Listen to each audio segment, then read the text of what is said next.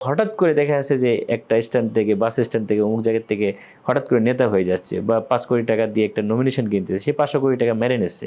এই পর্যন্ত not a single MP কেউ দেখাইতে পারবে যে ৳১ কোনো দুর্নীতির কোনো ছোঁয়া আছে।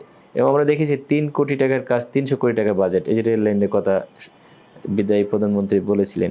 অন্যান্য দলের যেখানে কেন্দ্রীয় কমান অনেক সময় আমরা দেখি যে ফেইল করে। আমাদের এরকম ফেইলিউর রেট তেমন নাই কেন্দ্রীয় কমান্ডটা আল্লাহর রহমতে আরকি। মানে কেন্দ্রটাও ডিসিশনটা তারা যে এককভাবে নেয় তাও না। আমাদের কেন্দ্রীয় একটা বডি আছে নির্বাহী পরিষদ। সেই বডির আলোচনা করেই ফাইনাল ডিসিশনটা নেয়। আমরা কেন নির্বাচনে দিতে চাই? নির্বাচন তো একটা মাধ্যম বলতে পারেন যে ট্রানজিশন। আমাদের রাসূল করিম সাল্লাল্লাহু আলাইহি সাল্লাম যখন মানে দিন প্রতিষ্ঠার কাজ করে গিয়েছেন, সমাজের পরিবর্তন নিয়ে এসেছেন এবং পর্যায়ক্রমে মানুষ তৈরি হয়েছে এবং লাস্টলি উনি কিন্তু রাষ্ট্রনায়ক ছিলেন। মদিনা রাষ্ট্র, তারপর মক্কা পুরা এই বিশ্বজাহানের তিনি রাষ্ট্র পরিচালনা করেছেন। এবং যেকোনো রাষ্ট্রে যদি আপনি নিয়মকানুন মানতে চান বা মানে এস্টাবলিশ করতে চান, যেমন ধরেন আপনি শেখ মুজিবুর রহমানের ছবি আপনি সরকারি সকল অফিসে ইভেন এমন হয়েছে পয়লা বৈশাখ মাদ্রাসাতে পালন করতে বাধ্য করা হয়েছে। তো এটা রাষ্ট্রীয়ভাবে অনেক হুকুম কিন্তু পালন করতে হয়। মানে না চাইলেও পালন করতে হয়। এবং সেটা অনেক সময় দেখেছে আমি আমার আইডিওলজির বাইরেও হতে পারে।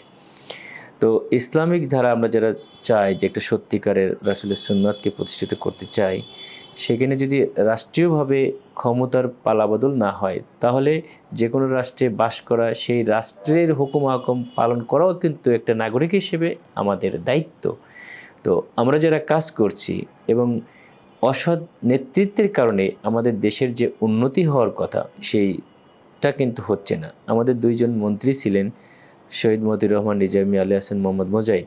উনারা মন্ত্রণালয় চালিয়ে দেখিয়েছেন যে ২০০৮ সালের তত্ত্বাবধায়ক সরকার অসংখ্য মন্ত্রণালয় তছনছ করে খুঁজে ফিরে দেখেছে। কিন্তু আমাদের ২ টা মন্ত্রণালয় কিন্তু দুর্নীতির কোনো ছোঁয়া পায় নাই।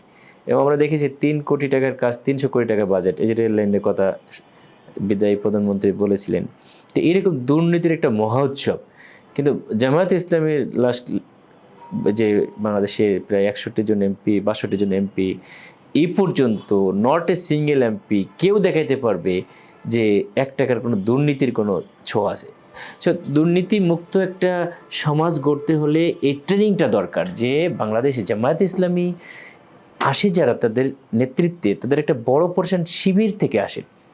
শিবিরের টাকা নাড়াচাড়া করা, যারা দায়িত্ব পালন করে আসছে, এখানকার যে বাইতুল মাল, এখানকার যে টাকা, এই টাকা নাড়াচাড়া করে একটা টাকা যে পকেটে নেওয়া যাবে না, এই যে ট্রেনিংটা তারা দীর্ঘদিন নিয়ে আসতেছে, অন্য দলে হঠাৎ করে দেখা যাচ্ছে যে একটা স্ট্যান্ড থেকে বাস স্ট্যান্ড থেকে অমুক জায়গা থেকে হঠাৎ করে নেতা হয়ে যাচ্ছে বা ৫ কোটি টাকা দিয়ে একটা নমিনেশন কিনতেছে, সে ৫০০ কোটি টাকা মেরে নিচ্ছে।